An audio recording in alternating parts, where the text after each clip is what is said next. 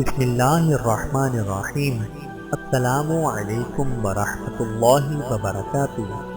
حضرت ابو قحافہ رضی اللہ تعالی عنہ کا قبول اسلام۔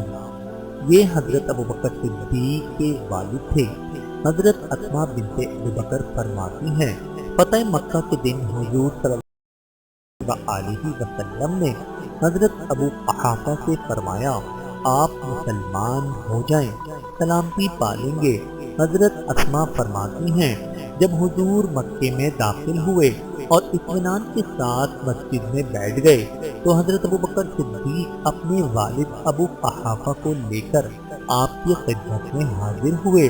جب آپ نے ان کو آتے دیکھا تو فرمایا، اے ابو بکر، بڑے میاں کو کیوں وہیں رہنے نہیں دیا؟ میں ان کے پاس چل کر جاتا۔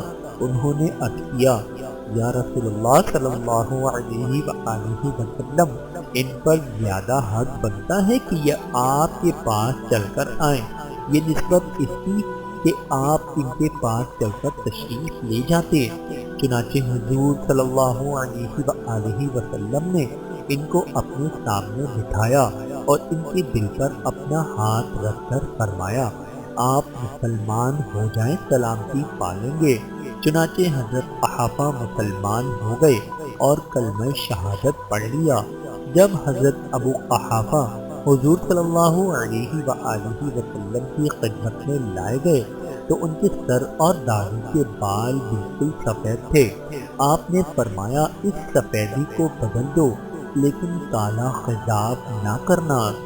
حضرت ابو قحافہ رضی اللہ تعالی عنہ پر اللہ رب العزت کی کروڑوں رحمتیں نازل ہوں، آمین ثم آمین۔